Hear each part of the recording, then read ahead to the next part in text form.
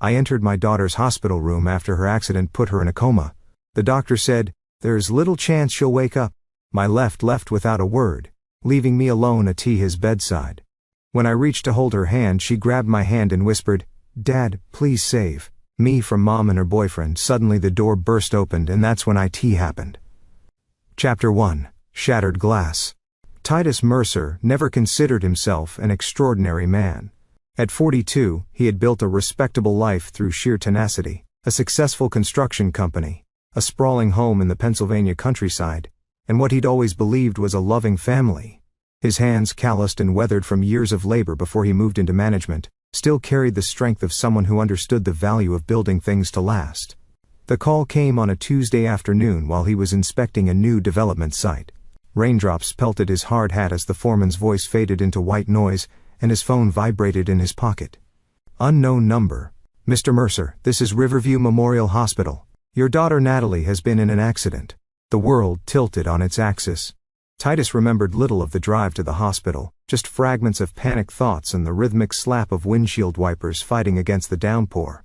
By the time he skidded into the emergency entrance, his white button-down was soaked through, clinging to his broad shoulders. "Family of Natalie Mercer," a nurse called as he approached the desk. His voice cracked. "I'm her father." The hospital corridors stretched endlessly as the nurse led him to the ICU. He'd been trying to reach his wife Cassandra for the past hour with no success. That wasn't entirely unusual. As a real estate agent, she often had her phone silent during showings. But today, her absence felt particularly cutting. Dr. Patel met him outside the ICU, his expression grave beneath salt and pepper hair. "Mr. Mercer, your daughter suffered severe head trauma. She was found at the bottom of a ravine off Clayton Ridge Road. Her car appears to have veered off the road and rolled several times before coming to rest nearly 50 feet down." "But she's alive." The words felt foreign in Titus's mouth. "She stabilized, but I need to be honest with you. Natalie has suffered significant brain injuries. She's currently in a coma, and while we're doing everything we can," the doctor hesitated, "there's little chance she'll wake up. And if she does, we can't predict what her cognitive function will be." The room seemed to contract around Titus as he processed those words. Devatnacht. His daughter was only 19, a sophomore at Penn State with dreams of becoming a marine biologist. Just last weekend he'd helped her change the oil in her car, laughing as she insisted on learning how to do it herself. "Can I see her?" Dr. Patel nodded solemnly. "Of course. But prepare yourself. There's extensive bruising, and she's on a ventilator." Natalie's room was a symphony of mechanical beeps and hisses. Titus barely recognized the figure in the bed. Face swollen, dark hair shaved in patches to accommodate sutures across her scalp. A tube disappeared into her mouth, forcing air into lungs that seemed unwilling to work on their own. Behind him, the door clicked open. Cassandra rushed in. Her face streaked with mascara, blonde hair disheveled. "Oh my God, Titus. I've just got your messages." Her voice cracked as she looked past him to their daughter. For an inexplicable moment, Titus felt a flicker of something unfamiliar as he watched his wife of 20 years. Something that made his skin prickle with unease. She seemed to hesitate before approaching Natalie's bed, her designer heels clicking unnaturally loud against the linoleum floor. Dr. Patel repeated his grim prognosis. Cassandra's shoulders shook with silent sobs, but she remained standing at the foot of the bed, clutching her purse to her chest like a shield. "I need some air," she whispered eventually, turning toward the door. "I can't. I'll be right back." Her abrupt exit left Titus alone in the rhythmic of life support machinery. He moved closer to Natalie, carefully taking her limp hand in his. Her fingers felt cold. The silver friendship bracelet he'd given her for 16th birthday, sliding loosely around her wrist.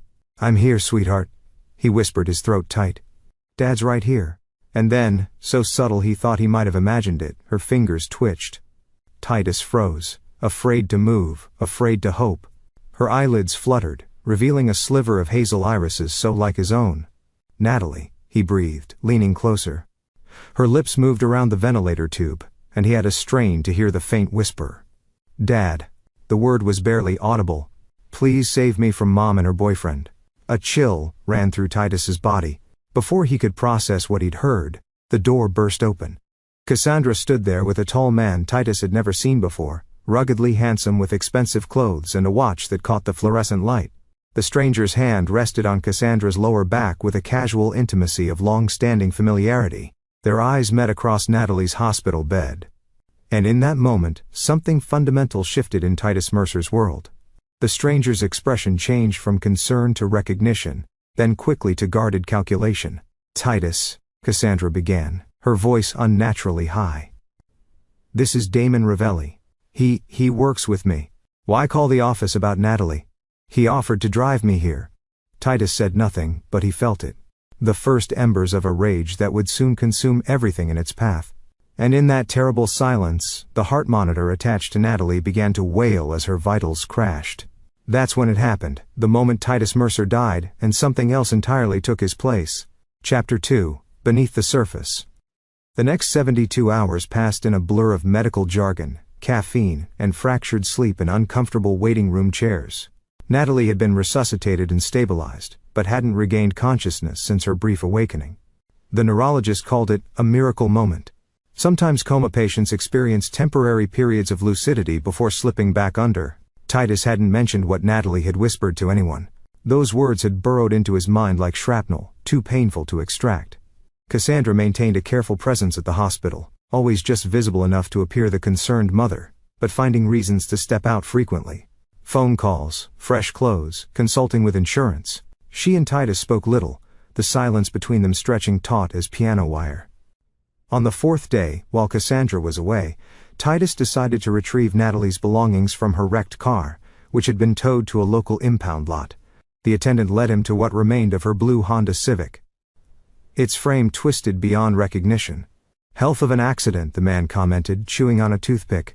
"Usually with drop-offs that steep, we're dealing with fatalities." Titus nodded grimly, pulling on work gloves to sift through the wreckage.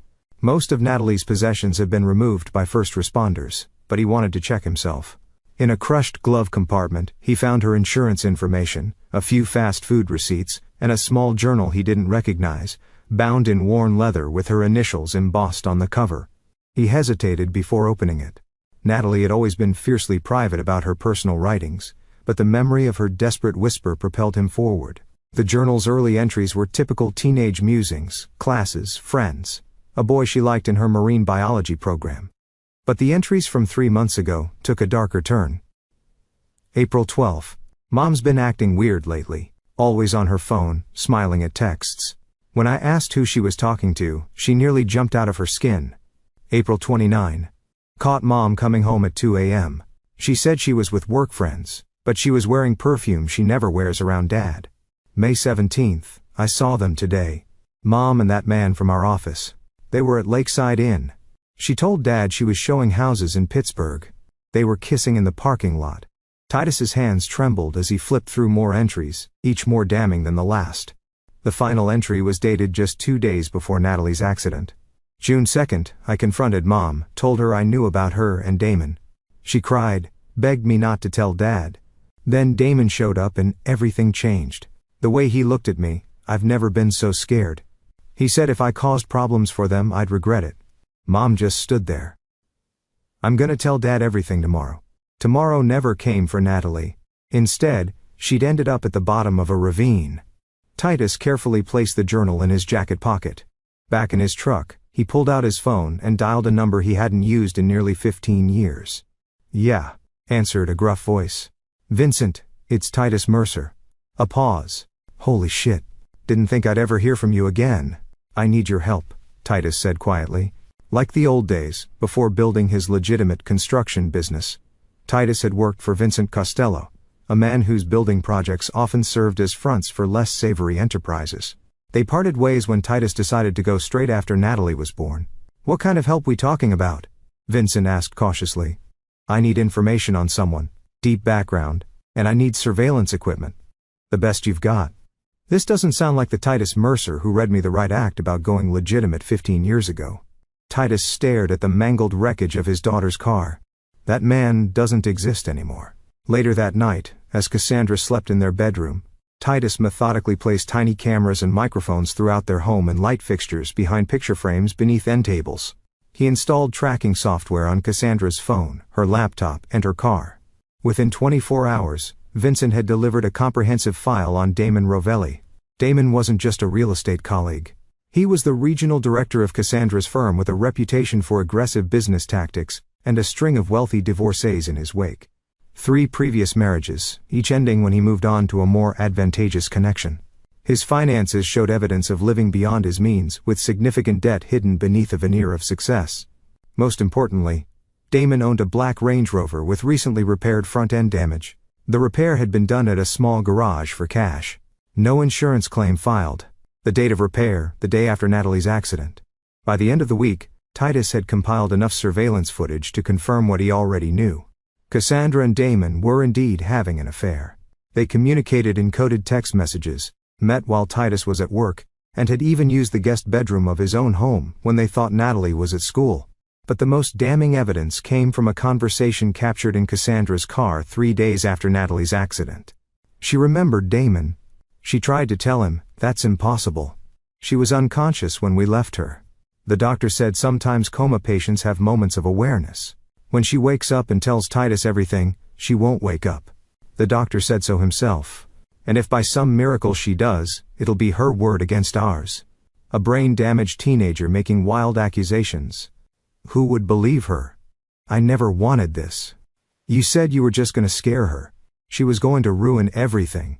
Our plans, our future. She gave us no choice." Titus listened to the recording 3 times, each replay crystallizing his resolve. They had run his daughter off the road and left her die. And now they were sleeping under his roof, spending his money, waiting for him to comfort Cassandra in her grief while they planned their future together. That night, as he sat beside Natalie's hospital bed, watching the mechanical rise and fall of her chest, Titus made his decision. There would be no police, no courts, no chance for them to twist the narrative.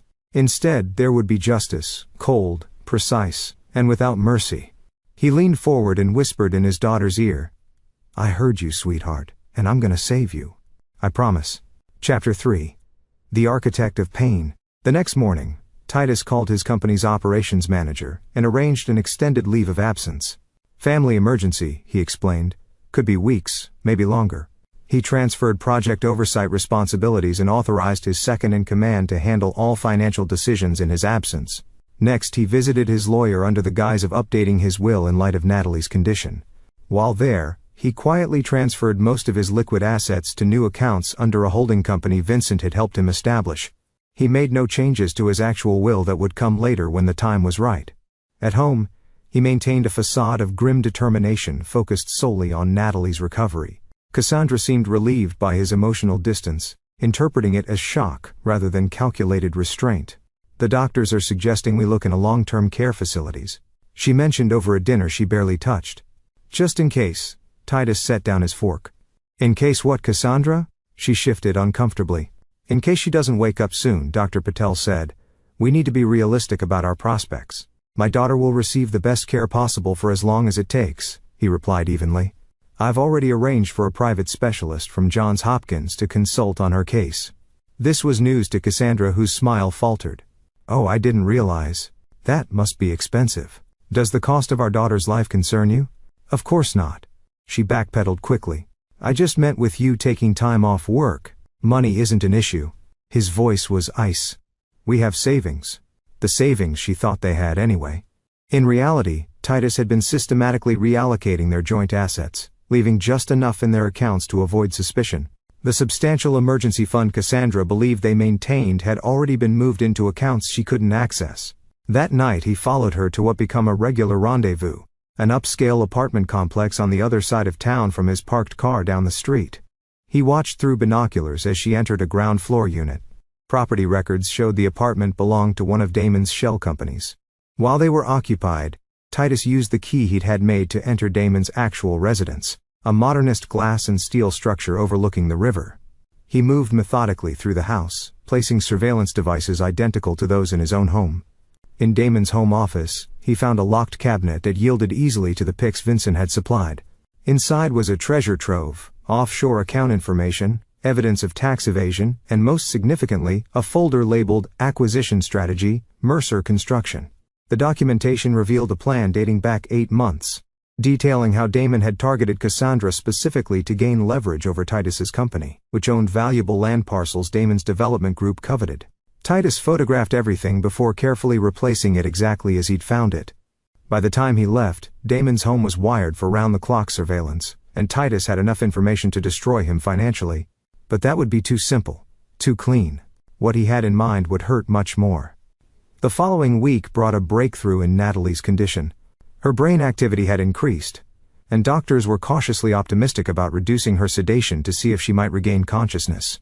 Titus arranged for a private security guard to be stationed outside her room at all times, with explicit instructions that Cassandra and Damon were never to be left alone with her. "Don't you think that's excessive?" Cassandra asked when she noticed the guard. "Who will want to hurt Natalie?" Titus gave her a long, measured look. "I'm not taking any chances with her safety. Not after everything that's happened." Fear flickered across Cassandra's face. The first indication that she suspected he might know more than he was letting on.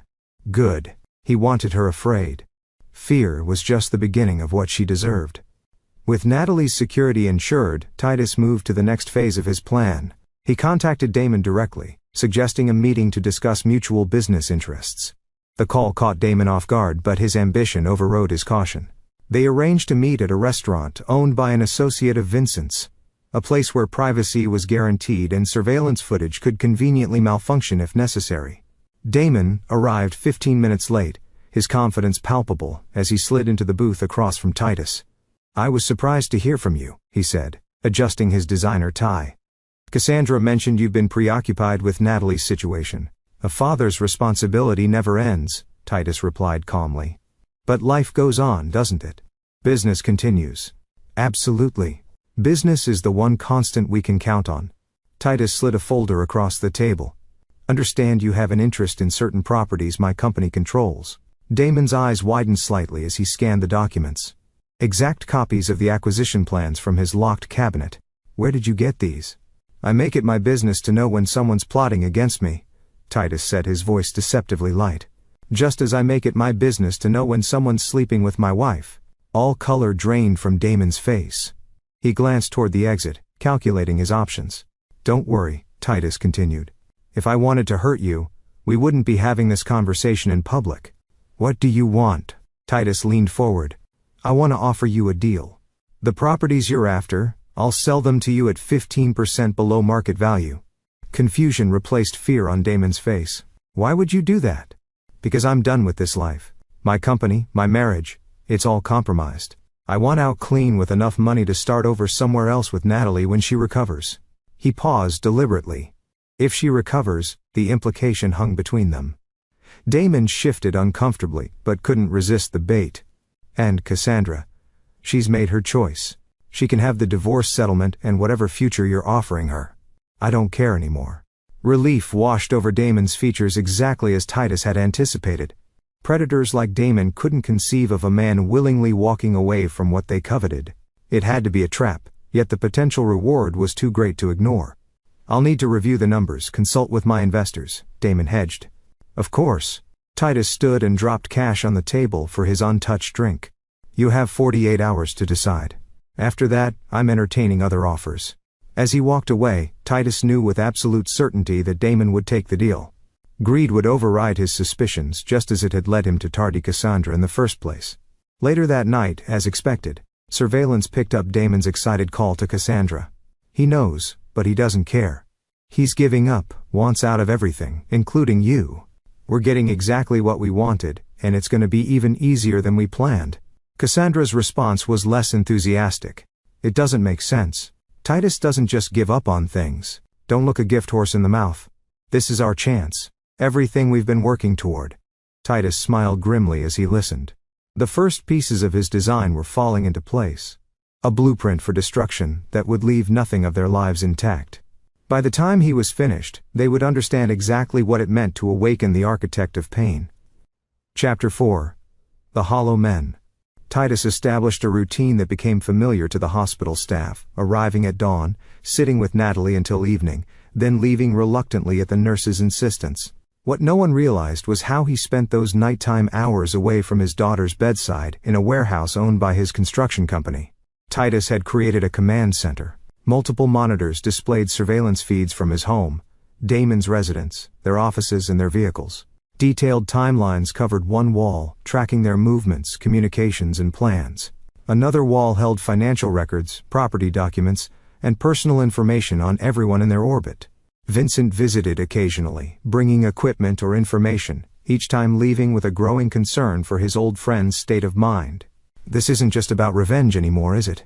Vincent asked one night, watching Titus methodically sort through Damon's banking records. "It was never just about revenge," Titus replied without looking up.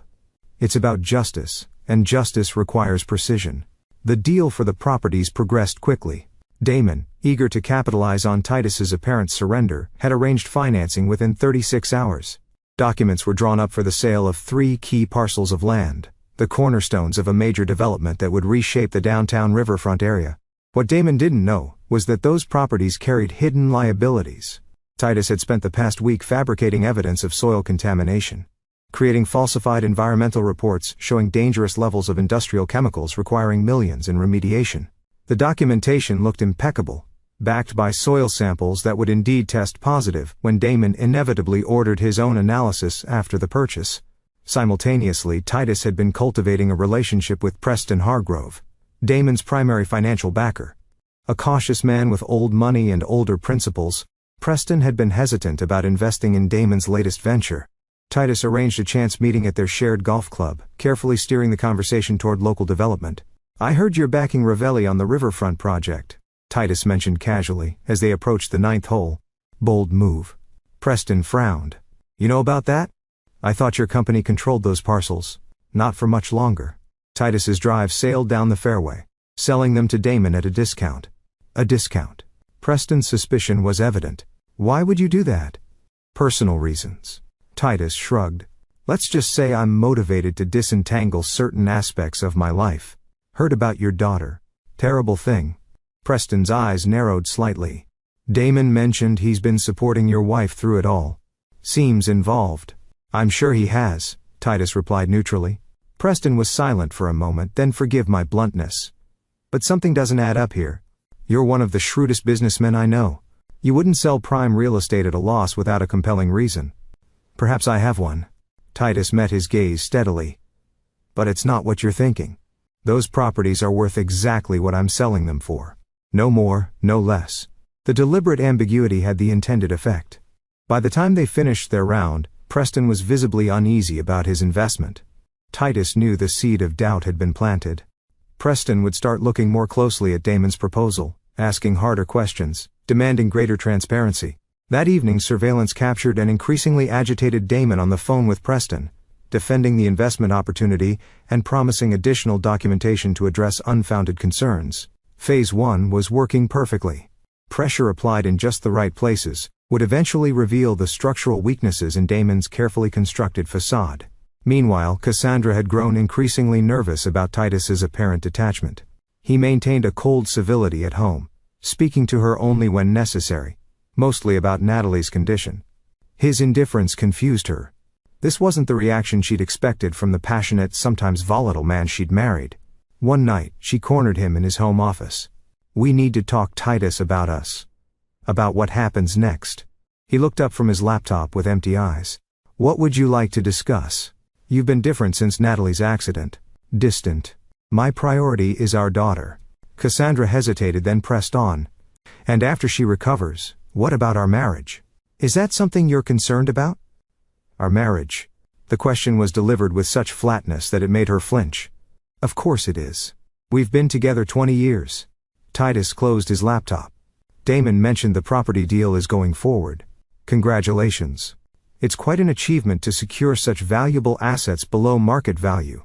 The color drained from her face. "You know, about the affair, or about how you plan to use it to help him acquire my company's holdings?"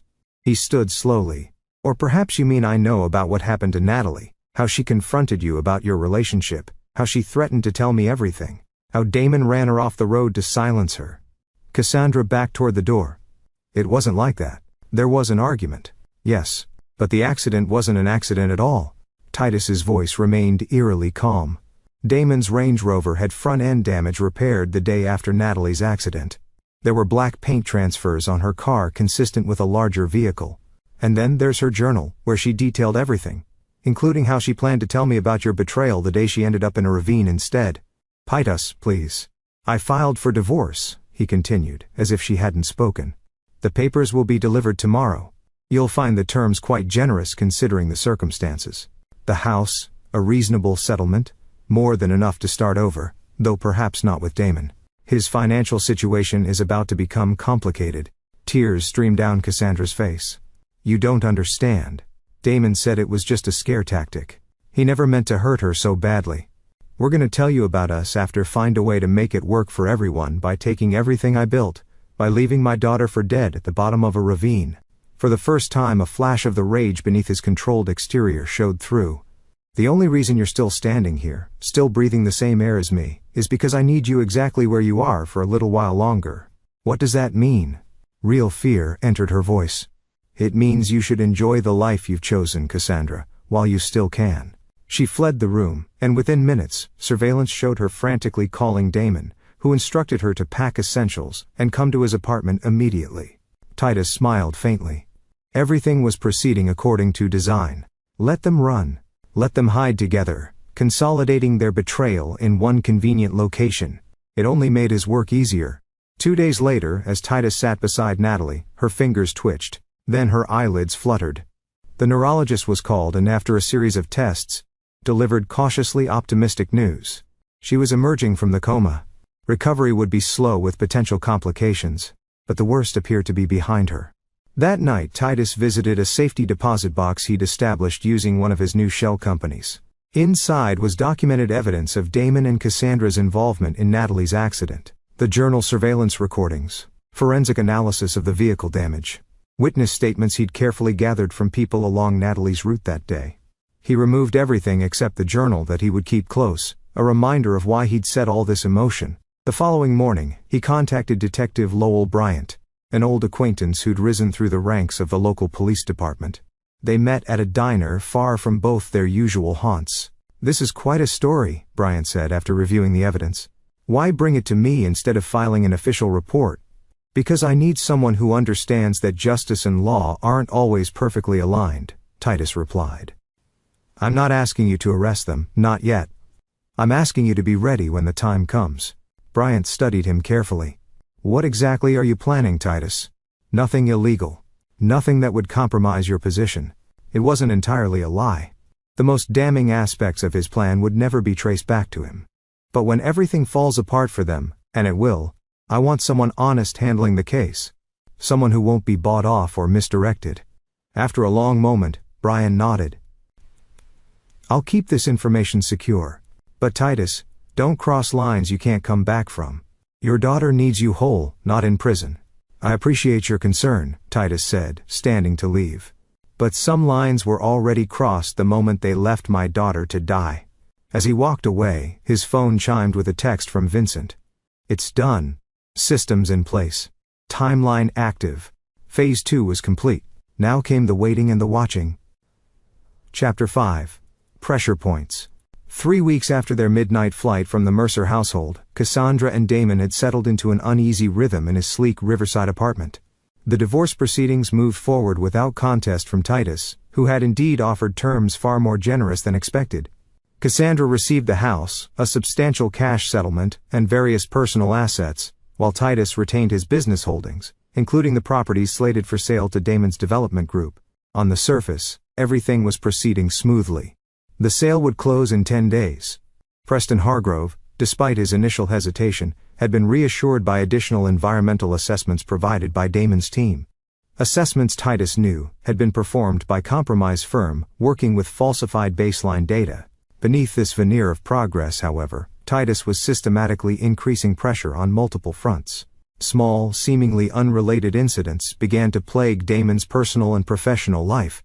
His primary banking relationship faltered when irregularities were discovered in his accounts. A routine audit of his real estate firm uncovered licensing discrepancies that required immediate attention. His ex-wife suddenly contested their divorce settlement, citing new evidence of hidden assets. None of these issues was catastrophic in isolation, but together, they created a constant state of crisis management that prevented Damon from focusing fully on the riverfront acquisition exactly as Titus had planned. Meanwhile, Natalie continued her remarkable recovery. Though still weak and suffering memory gaps, she had regained consciousness and begun physical therapy. Titus rarely left her side during waking hours, coordinating his operation from a laptop while she rested. He brought in the best neurologists and rehabilitation specialists, sparing no expense for her care. One afternoon, as Natalie dozed after an exhausting therapy session, her phone recovered from the accident and kept charged by Titus. Lit up with a text message from Cassandra. "I heard you're awake. We need to talk. Please don't tell your father about this message." Titus read it dispassionately, then typed a reply that would sound like his daughter, not ready to talk yet, still confused about what happened. He needed Cassandra anxious, but not panicked.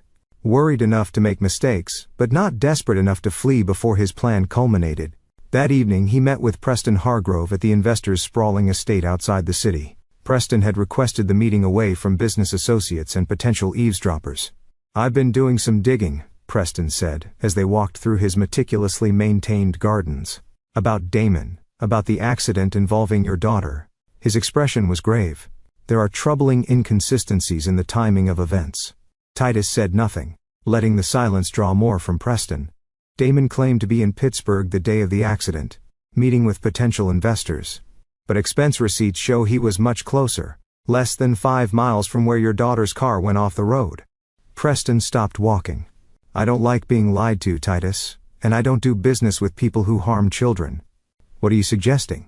"I'm pulling my backing from the Riverfront project, quietly for now. I've told Damon I need to review final assessments before releasing funds, but the truth is I won't be releasing them at all." Preston's eyes narrowed. "What I can't figure out is your angle. If you suspect what I suspect, why sell to him at all? Why not go to the police?" Titus considered his words carefully. Preston was more perceptive than he'd anticipated, which presented both risk and opportunity. "Evidence and justice aren't always perfectly aligned," he finally said. "Sometimes the system protects the wrong people. Sometimes other measures are necessary." Understanding dawned on Preston's face. "You're setting him up." "I'm ensuring he receives exactly what he deserves." Titus met his gaze steadily. "Nothing more, nothing less." After a moment, Preston nodded slowly. "The Riverfront project is dead without my backing. Damon doesn't know it yet, but he's lost everything he was counting on. And your investment? I'll survive the loss. Some things are more important than money." Preston extended his hand. "For what it's worth, Titus, I believe you're doing what any father would do in your position." Titus accepted the handshake. "Be careful, Preston. Damon will be desperate when he realizes what's happening. Desperate men are unpredictable." "I can handle Damon Ravelli," Preston assured him. "My concern is for you.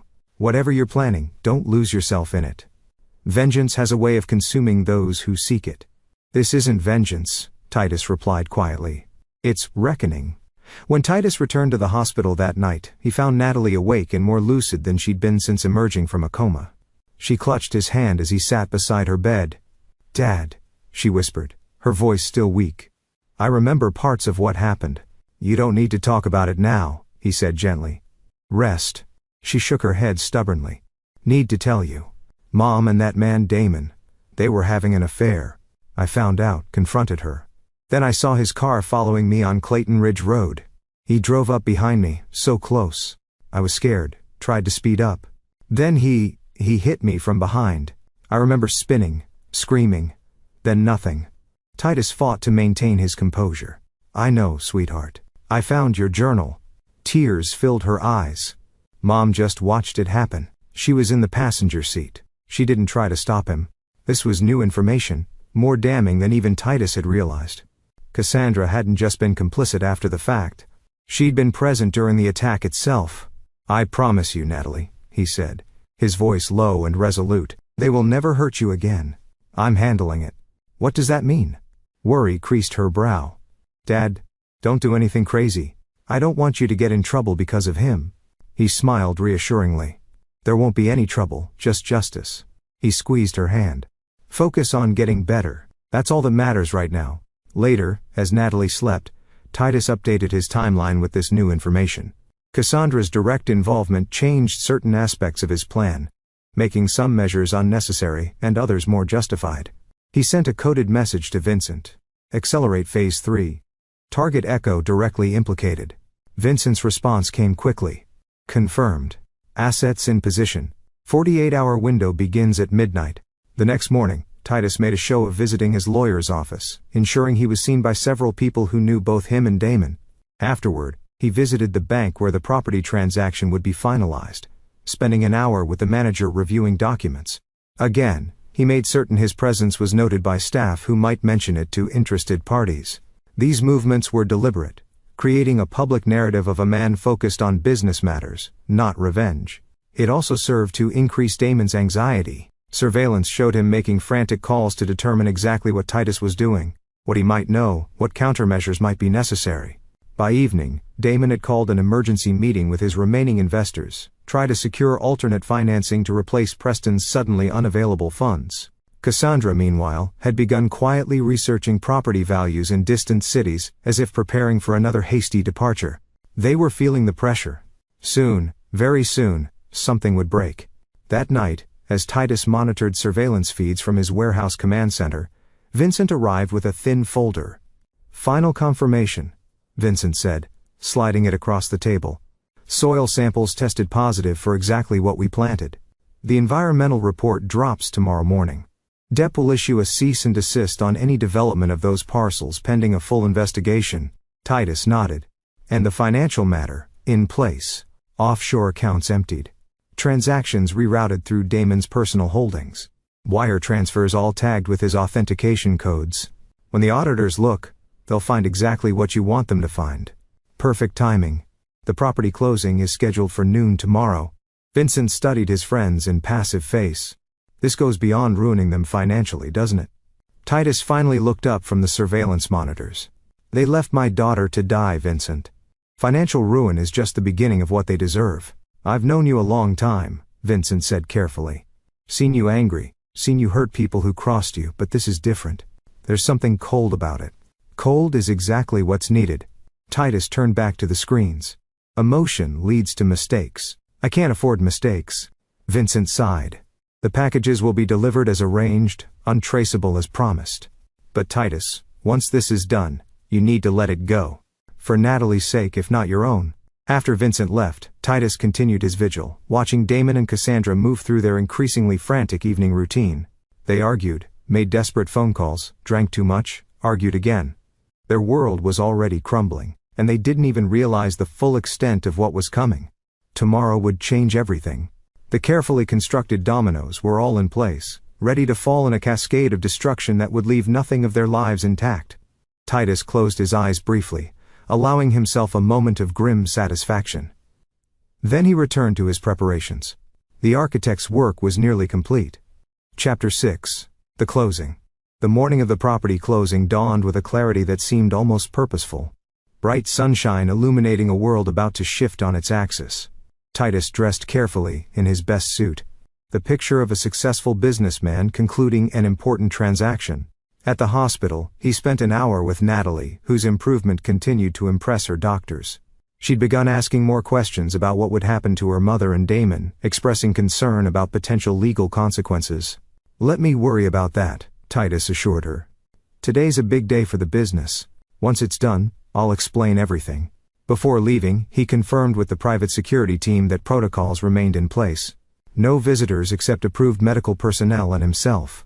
He maintained this restriction despite Cassandra's increasingly desperate attempts to see Natalie, claiming maternal rights and threatening legal action.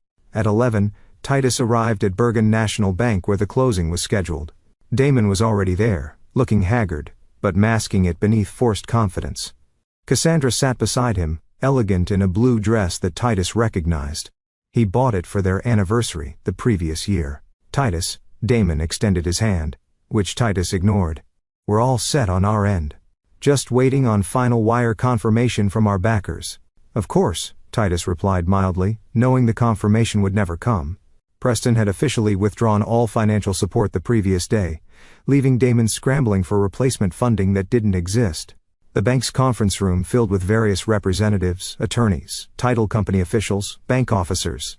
Cassandra avoided Titus's gaze, focusing intently on her phone as if expecting an urgent message. At 11:45, Damon's phone rang. He stepped out to take the call, returning moments later with a sheen of perspiration on his forehead. "We need to delay by an hour," he announced. "Minor wire transfer issue." The bank officer frowned. The room is only reserved until 1. We have another closing scheduled after yours. It won't take that long, Damon insisted.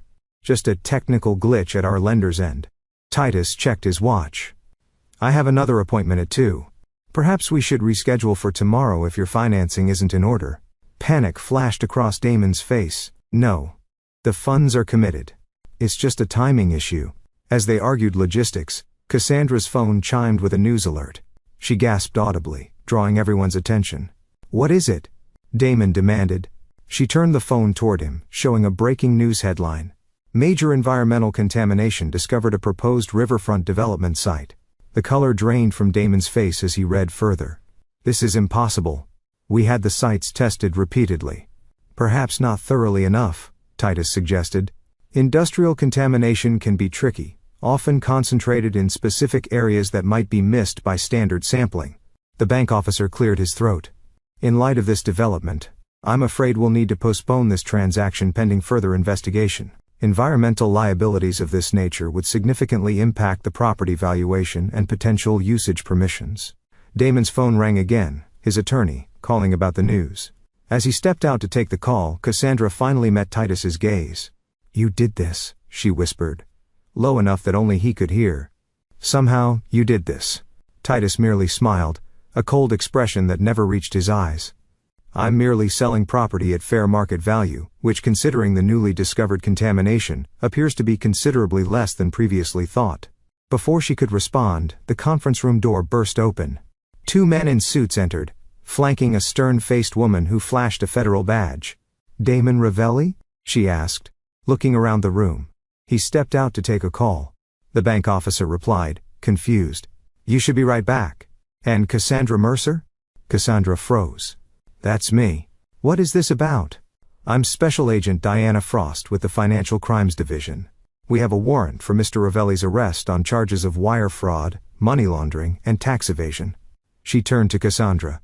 We also have some questions for you regarding certain transactions through offshore accounts bearing your digital signature. Panic bloomed across Cassandra's face. There must be some mistake. I don't have offshore accounts. According to our records, you're a cosigner on accounts in the Cayman Islands and Liechtenstein, to which approximately $12 million has been funneled over the past 8 months. Agent Frost consulted her tablet. Most recently, a transfer of $2,400,000 yesterday afternoon, authorized with your credentials. That's not possible. Cassandra looked wildly around the room, her gaze finally settling on Titus, who watched the proceedings with apparent surprise that didn't quite mask the satisfaction beneath. At that moment, Damon returned, stopping short at the sight of the federal agents. What's going on here? Mr. Ravelli? You're under arrest, Agent Frost began, nodding to her colleagues who moved toward him. You have the right to remain silent.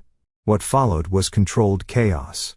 Damon shouting about a setup, Cassandra tearfully proclaiming her ignorance of any financial crimes. Bank officials hurriedly clearing the room of other personnel. Throughout it all, Titus remained seated, the eye of the storm, watching as the first major phase of his plan unfolded exactly as designed. The falsified financial evidence he'd arranged through Vincent connections was flawless. Digital trails leading directly to Damon and Cassandra, implicating them in a complex scheme of fraud and money laundering that had never actually occurred. By the time Damon was handcuffed and led from the room, with Cassandra following for questioning, the property closing was officially canceled.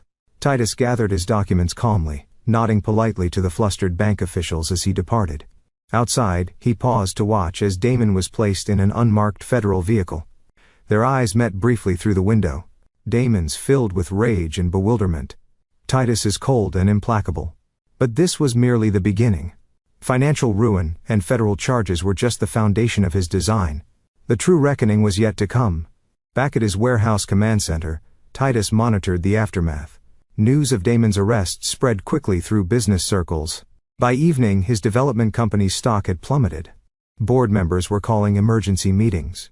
Financial backers were distancing themselves publicly. Cassandra had been released after questioning but remained under investigation. Surveillance showed her returning to Damon's apartment, frantically packing essentials, clearly planning to flee. Exactly as anticipated, Titus picked up his phone and dialed Detective Bryant. It's time, he said simply when Bryant answered. She's packing to run. "You're sure about this?" Bryant asked, his tone grave completely. Natalie provided her full statement today, confirmed that both Damon and Cassandra were in the vehicle that ran her off the road. She's prepared to testify. That much was true. What Brian didn't know was how Titus had helped shape and solidify Natalie's fragmented memories, filling gaps with details from his own investigation until she believed with absolute certainty that she'd seen her mother in Damon's car during the attack. "I'll assemble a team," Bryant said. "We'll move within the hour." Titus ended the call and leaned back in his chair, surveying the monitors before him. On one screen, Cassandra threw clothing in his suitcases. On another, federal agents combed through Damon's office. On a third, news coverage of the environmental scandal played on repeat. The dominoes were falling precisely as he'd arranged them. But the final, most devastating collapse was still to come. The true reckoning that would ensure neither Cassandra nor Damon would ever recover, even if they somehow evaded legal consequences. Because Titus Mercer had designed a punishment far worse than prison, far more permanent than financial ruin. He had designed their complete and irrevocable destruction, and the blueprint was flawless. Chapter 7. House of Cards. By midnight, Cassandra had been arrested on charges of attempted murder and conspiracy related to Natalie's accident. Detective Bryant personally led the team that took her into custody, as she attempted to board a private charter flight arranged under a false name. Her tearful protests of innocence fell on deaf ears as Bryant recited the evidence against her, including Natalie's statement and forensic data linking Damon's vehicle to the scene. Damon, already in federal custody on the financial charges, was served with additional warrants related to the attempted murder. His high-priced attorney, summoned from New York at exorbitant after-hours rates, looked increasingly grim as the evidence mounted. Titus followed these developments through his police contacts and news reports, maintaining physical distance while orchestrating each devastating revelation. To the outside world, he appeared solely focused on Natalie's recovery, spending every day at the hospital as she grew stronger. He gave no interviews, made no public statements about the arrests.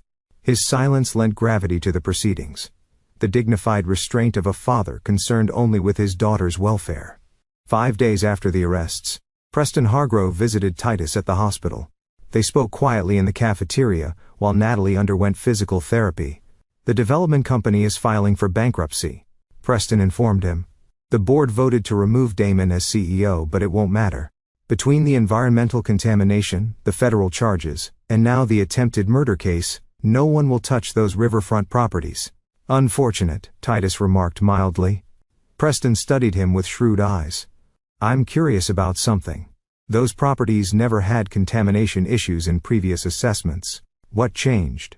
Titus sipped his coffee, neither confirming nor denying the implication. "Environmental science is complex. Sometimes things are buried deep, only emerging when you know exactly where to look."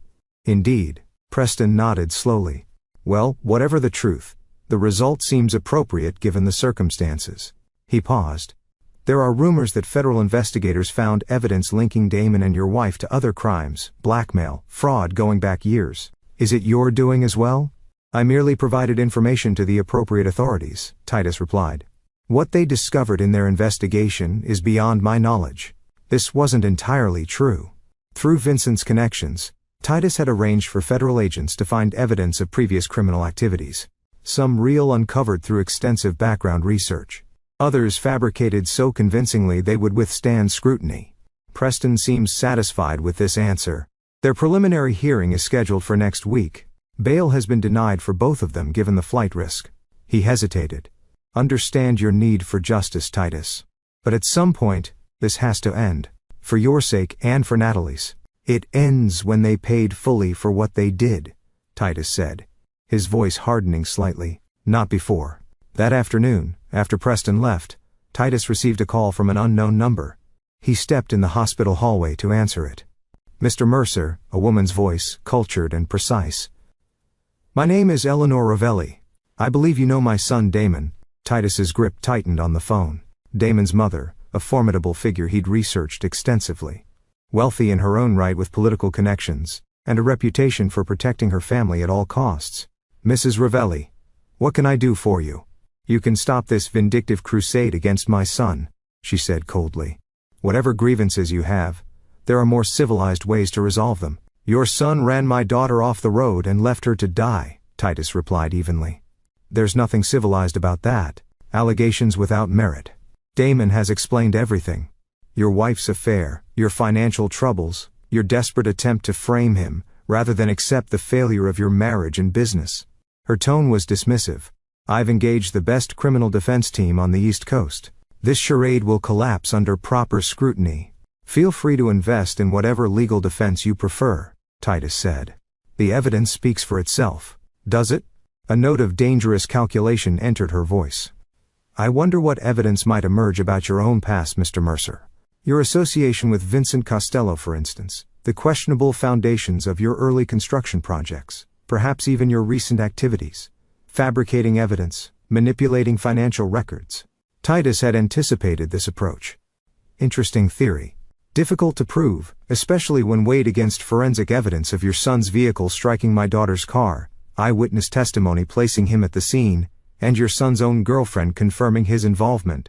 Witnesses can recant, evidence can be discredited, and distractions can be created. The threat was unmistakable. I'm prepared to offer a reasonable settlement, enough to cover your daughter's medical expenses, and provide comfortable compensation for any inconvenience. You think you can buy your son's freedom? Titus almost laughed.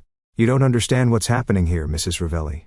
This isn't a negotiation. There is no settlement amount, no arrangement, no deal that can stop what's coming. You're making a grave mistake, she warned. I have resources you can't imagine, connections in places you've never heard of. If you continue down this path, you won't be the only one to suffer consequences. Threaten me again, Titus said, his voice dropping to a dangerous quiet, and you'll discover exactly how far I'm willing to go. He ended the call and immediately contacted Vincent, alerting him to the new complication. Eleanor Ravelli was dangerous, perhaps more so than her son. She would need to be neutralized before she could interfere with the final phase of his plan. Vincent promised to handle it, refusing to share details that might implicate Titus. Plausible deniability, he insisted. Just focus on Natalie. And let me worry about Mama Ravelli.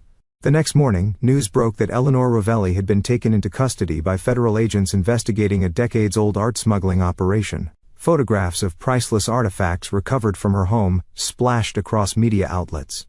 Anonymous sources claimed evidence had been delivered to authorities by a disgruntled former employee. Titus allowed himself a small, grim smile. Another piece removed from the board. As the preliminary hearing approached, Titus methodically tied up loose ends. He arranged for the journal and other physical evidence to be delivered to the prosecution through proper channels. He coached Natalie gently on her testimony, emphasizing the importance of absolute certainty in her identification of both Damon and Cassandra in the vehicle that ran her off the road. Vincent reported that all digital evidence had been secured. The falsified financial records untraceable to their true source, the surveillance equipment removed from all locations, the warehouse command center dismantled and sanitized. The case against Damon and Cassandra appeared airtight. Between Natalie's testimony, the forensic evidence, and the financial paper trail suggesting motive, conviction seemed inevitable. The prosecution was already hinting at potential sentences. 20 to 30 years for attempted murder, with additional time for the financial crimes. But Titus knew the legal system was unpredictable. Skilled attorneys, sympathetic jurors, procedural technicalities. Any of these could result in reduced charges or even acquittal, and that was a risk he was unwilling to take.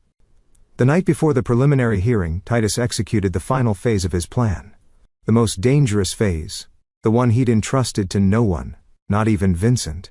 Using credentials obtained through his investigations, Titus accessed the county detention center where Damon was being held. A guard who owed Vincent a significant favor escorted him to a secured interview room, then conveniently experienced equipment failure on the surveillance system. When Damon was brought in, handcuffed and wearing orange prison scrubs, his shock at seeing Titus quickly transformed into seething hatred. Come to gloat, Damon spat, dropping heavily into the metal chair across the table. Titus studied him dispassionately. I came to inform you personally that your mother has been arrested. Federal charges related to art smuggling, quite serious from what I understand. All color drained from Damon's face. That's impossible. She's been retired for years. Apparently, not retired enough. Evidence delivered anonymously. Very compelling according to my sources. You son of a bitch, Damon whispered, comprehension dawning. You did this. All of it. The contamination report, the financial records, now my mother. You tried to kill my daughter, Titus replied calmly. Did you really think there wouldn't be consequences? Damon leaned forward, his voice low and venomous. It was an accident. We were just trying to scare her, make her understand she needed to keep quiet about me and Cassandra. I never meant to run her off the road. Yet you did. And when you saw what happened, you left her there to die. We panicked. Damon hissed. I checked her pulse. She was alive. I called 911 anonymously once we were away from the scene. After ensuring your own safety first, Titus observed coldly. After making sure there were no witnesses to connect you to what happened. Damon slumped back in his chair. What do you want from me? A confession? Fine. I admit it. I ran her off the road. It was stupid and desperate, and I've ruined my life over it. Are you satisfied now? Not yet. Titus placed a small recorder on the table, its red light blinking. But I'm getting there. Damon stared at the device, then back at Titus, understanding the implications. You recorded my confession. To what end? The prosecution already has enough evidence. Insurance, Titus replied simply. Against clever attorneys, sympathetic judges, or any other factors that might allow you to escape the full measure of justice. And what is justice in your mind, Titus? Damon asked. A strange calm settling over him. Prison? Financial ruin? My mother's destruction? You've achieved all of that already. What more could you possibly want? Titus leaned forward, his voice barely above a whisper. I want you to live with the knowledge that you've lost everything, that everyone you care about has suffered because of your actions, and that no matter how much time passes, I will never allow you to rebuild or recover. He stood. This is just the beginning, Damon, not the end. As Titus turned to leave, Damon called after him, an edge of desperation in his voice. Wait, what about Cassandra? She wasn't even the car that day. It was just me. She had nothing to do with what happened to Natalie. Titus paused at the door looking back with cold eyes. That's not what Natalie remembers. She's confused. She was badly injured. Cassandra was at a showing across town when it happened. An interesting revision to your story, Titus noted, but it doesn't matter now. The evidence says otherwise. Damon's expression twisted with a mixture of rage and realization. You manipulated Natalie's memories. You fabricated evidence against Cassandra. Your confession is all that matters, Titus replied. Everything else is just perspective. As he left the detention center, Titus felt no triumph, no satisfaction, only the cold certainty that justice was being served piece by calculated piece. The house of cards Damon and Cassandra had built was collapsing precisely as he had designed it, and a final collapse was yet to come. Chapter 8, Point of No Return. The recording of Damon's confession, including his claim that Cassandra wasn't present during the attack on Natalie, found its way to the prosecution the morning of the preliminary hearing. This new evidence created immediate complications. The prosecution requested a delay to reconcile the conflicting accounts, while defense attorneys for both Damon and Cassandra pounced on the discrepancy as evidence of a flawed investigation. Chaos erupted in the courtroom. Cassandra sobbed openly at Damon's apparent exoneration of her involvement. Her attorney immediately filed for dismissal of charges and release on bail, arguing that the entire case had been built on manipulated testimony and circumstantial evidence. In the gallery, Titus observed the proceedings with an expression of appropriate concern and confusion. Natalie sat beside him, still frail, but determined to face the people who had harmed her. When questioned by the judge about her identification of Cassandra in the vehicle, she became distressed and uncertain. I thought I saw her, but everything happened so fast. The doctors said my memories might be affected by the trauma. This apparent weakness in the star witness's testimony combined with Damon's confession clearing. Cassandra led the judge to grant bail for Cassandra pending further investigation. Damon, having confessed to the actual crime, remained in custody with his financial charges still intact. Outside the courthouse, reporters swarmed around Titus and Natalie. He shielded her from their questions, offering only a brief statement. We trust the justice system to determine the truth. Our focus remains on Natalie's recovery. But as they drove away, Titus's expression hardened. This development had been anticipated. In fact, it was an integral part of his design. Cassandra's temporary freedom was necessary for what came next. That evening, Cassandra returned to the house she'd shared with Titus for 20 years, now legally hers through the divorce settlement. Surveillance showed her moving cautiously through the rooms, jumping at shadows, drinking heavily to calm her nerves. She made several calls to her attorney, to friends who largely didn't answer, and finally, tearfully, to her sister in Oregon. I don't know what to do, Beth. Damon confessed to everything. Said I wasn't even there, but they still think I was involved somehow. Are you safe there? What about Titus? He's staying at some hotel focusing on Natalie. God, Beth, you should see her. She looks so broken, and I can't even talk to her. Her doctors won't let me near her. Maybe you should come here for a while, just until things settle down. I can't leave the state, bail conditions. And all my assets are frozen except for the house. Everything's falling apart. Titus listened to this conversation from his hotel room, a cold sense of satisfaction settling over him. Cassandra was isolated, frightened, and desperate exactly as he had planned. The next phase required precise timing and execution. Vincent had arranged for a chance meeting between Cassandra and a sympathetic journalist eager for an exclusive interview with the wrongfully accused wife. The story that emerged portrayed Cassandra as a victim of circumstance. A woman betrayed not only by her lover, but by a vengeful husband determined to destroy her regardless of her innocence. Public opinion began to shift slightly in her favor. Online comments questioned Titus's motivations, speculated about his involvement in framing Cassandra, and suggested the entire case might be a sophisticated revenge plot rather than justice for Natalie. Titus welcomed this narrative. It served his purpose perfectly. Meanwhile, he continued to support Natalie's recovery, arranging for a transfer to a specialized rehabilitation facility with round-the-clock security. Her progress accelerated in this new environment away from the stress of the legal proceedings and media attention. 2 weeks after Cassandra's release on bail, Titus initiated the final sequence of his plan. A carefully edited version of the surveillance recordings from his home was anonymously delivered to Detective Bryant.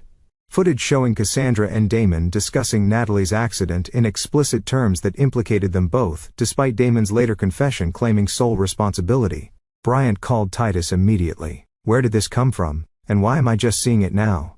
I installed security cameras after Natalie's accident, Titus explained.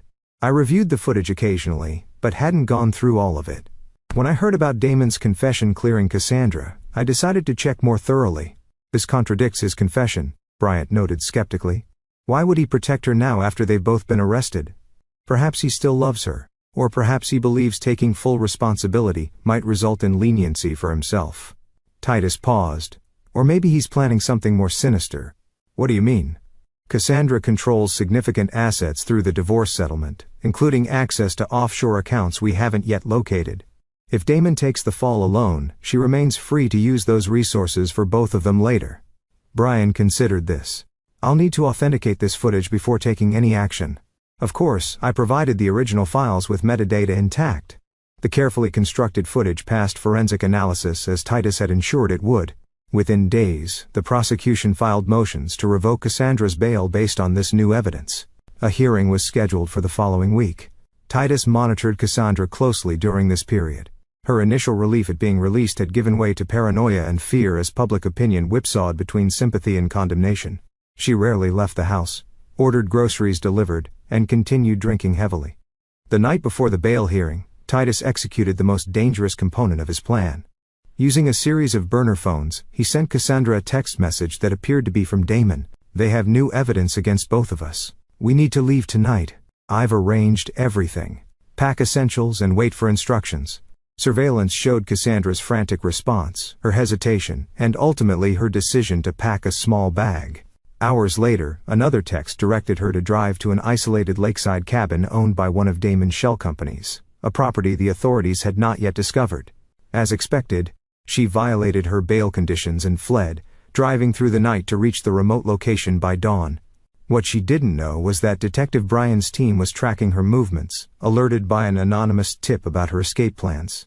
But they were intentionally given a slightly delayed timeline, enough for Titus to reach the cabin first. When Cassandra arrived, exhausted and terrified, she found the cabin dark and apparently empty. She called out for Damon as she entered, receiving no response. Then she saw Titus sitting in a chair in the shadowed corner of the main room. "Hello, Cassandra," he said quietly. She froze, one hand still on the doorknob. "Titus? What are you? Where's Damon?" "Damon is exactly where he belongs, in jail. He never sent those messages."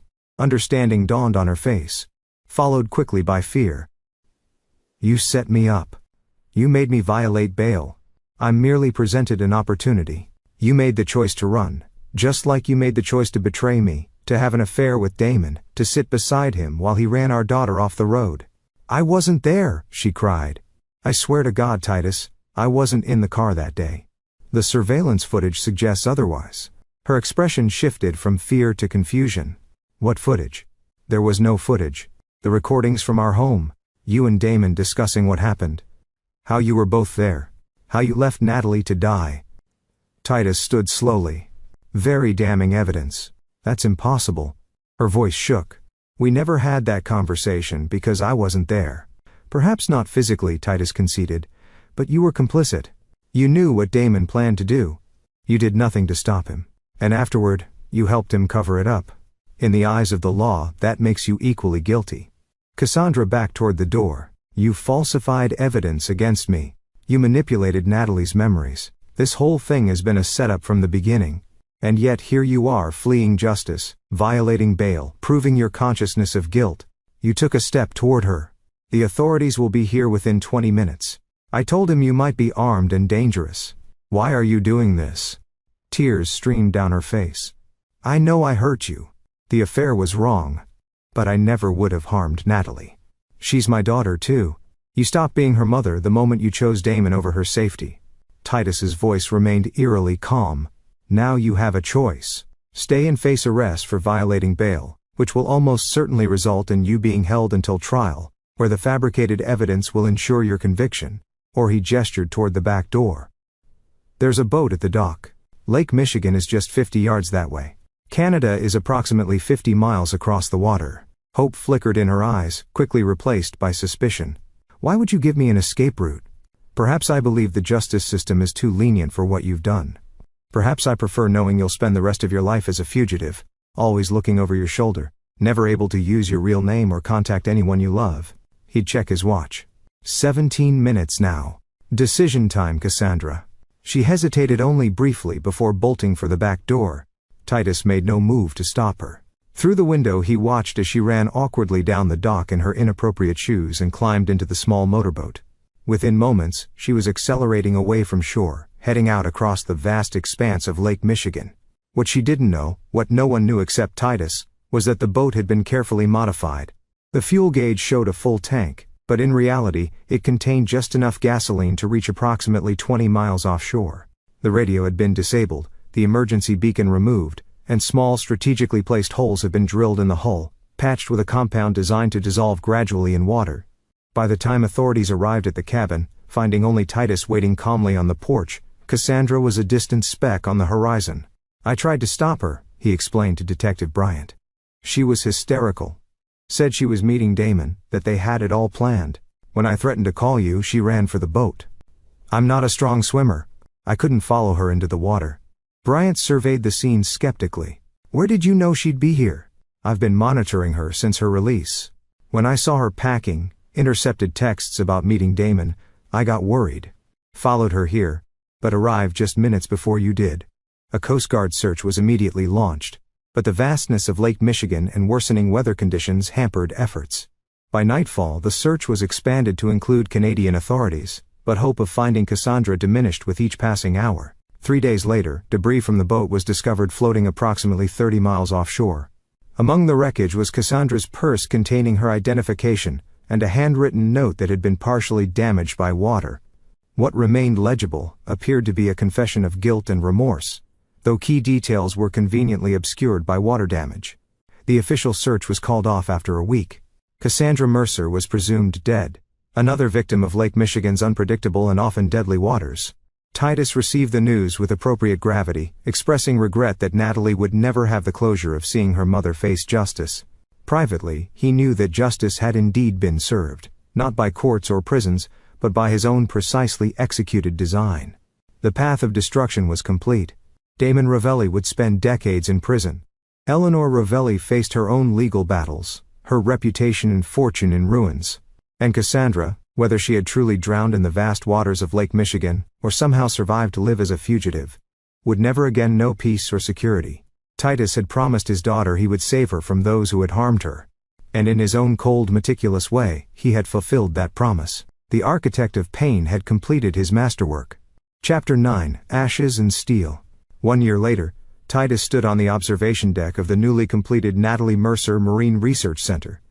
watching as his daughter guided a group of high school students through the facility's interactive exhibits. At 20, she showed few physical signs of her traumatic injuries. Just a slight limp that emerged when she was tired, and occasional headaches that her doctors assured would continue to diminish with time. The psychological scars ran deeper. Nightmares still disrupted her sleep, and she remained uncomfortable in cars, especially on winding roads. But her passion for marine biology had returned stronger than before, fueled partly by her determination to reclaim her life, and partly by the center Titus had built in her name. A state-of-the-art research facility dedicated to studying and preserving the Great Lakes ecosystem. The center stood on the very riverfront property that Damon had once coveted. Land that had never actually been contaminated, but had been tied up in environmental investigations for months, until Titus quietly arranged for experts to declare clean. He had used his own resources to fund the center, creating a living legacy for Natalie, and ensuring the land would never be developed for private profit. Vincent joined him at the railing, his presence unusual in daylight hours. They had maintained a careful distance over the past year, meeting only occasionally and always discreetly. "Impressive place," Vincent commented, nodding toward the gleaming building with its sustainable design and panoramic views of the water. "Something good built from something terrible." Titus said nothing, his gaze fixed on Natalie as she enthusiastically explained a display on invasive species to the attentive students. "Any word?" he asked finally. Vincent understood the question. Nothing definitive. There was a possible sighting in a small fishing village in Newfoundland 3 months ago.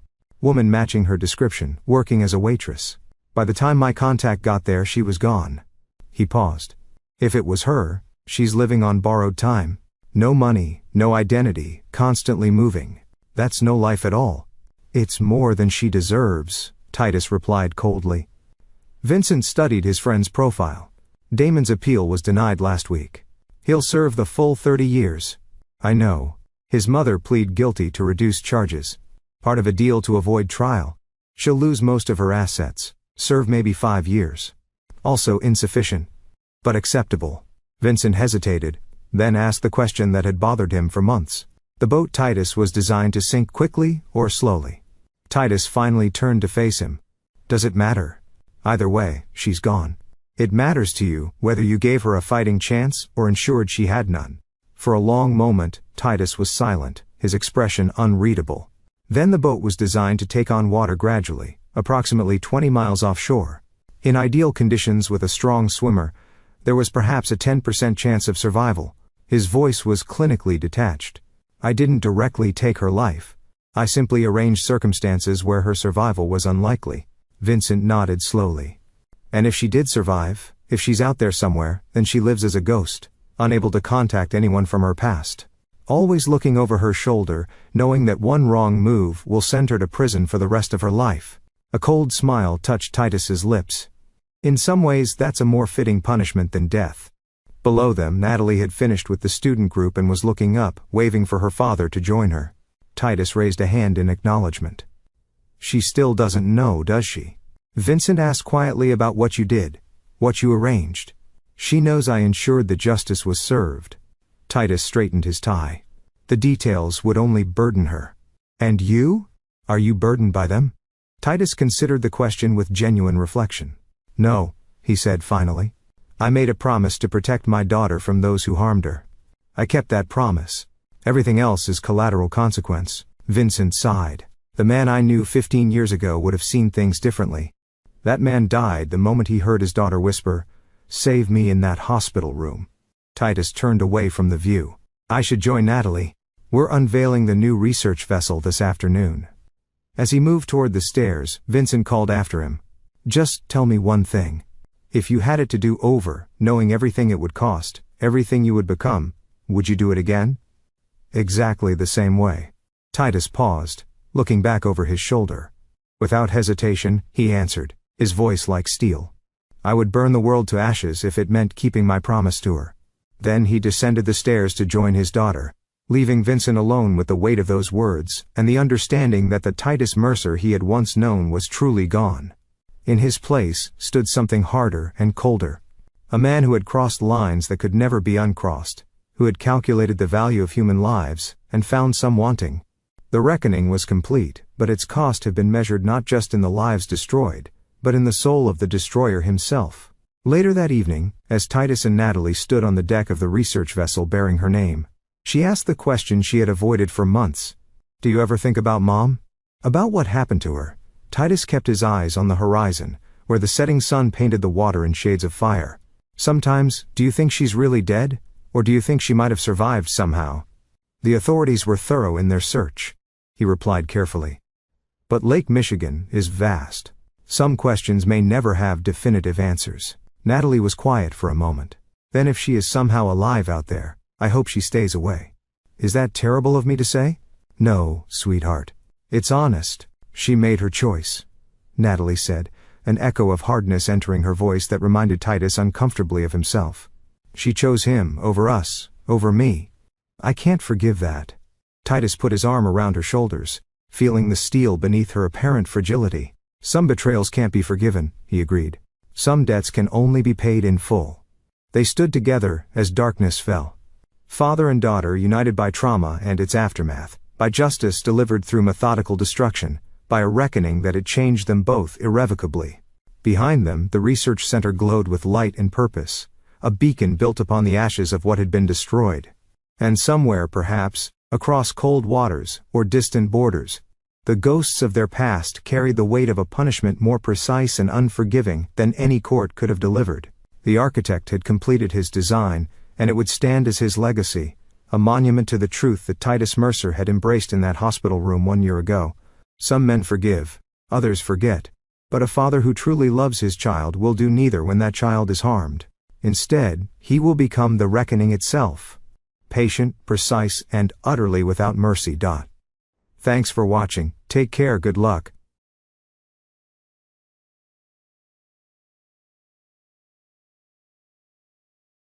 After listening to today's story, perhaps it has raised some new questions in your mind, or maybe it has brought back some old memories. Every day on Reddit, new experiences and moments create fresh stories, and they connect all of us. Everyone has their own unique journey in life, and we all try to understand the world in our own way. These kinds of moments remind us that we are all human, sometimes happy, sometimes sad, and always learning something new. If you enjoyed this story, feel free to share it with your friends. Your thoughts and feedback are always valuable to us, as they motivate us to create even better content. Every story has its own unique angle, and our goal is to understand everyone's perspective and make our content diverse and relatable. Stories like these help us realize that life's journey is different for everyone, and by hearing other stories, we learn something new. You can also share your own stories with us. Your experiences are valuable to us as well, and if you enjoyed this video, please leave your feedback. We aim to create content that brightens your mind and gives you new ideas every time. If you've already seen this video before, your feedback is still important. With every piece of feedback, we can improve our content and bring a new perspective to our viewers. Today, what we saw was just a small part of the many stories shared on Reddit and across the world. It's a reminder of how we all try to understand life by sharing our experiences with each other.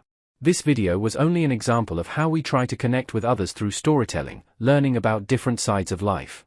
We hope to continue sharing such stories that help us all learn and grow together. Thank you for your time, and don't forget to keep an eye out for more stories coming soon. If you haven't already, please like and follow for more amazing content. Your support keeps us going, and we will strive to bring you more thought-provoking and heartwarming stories. Until next time, take care and stay curious. *.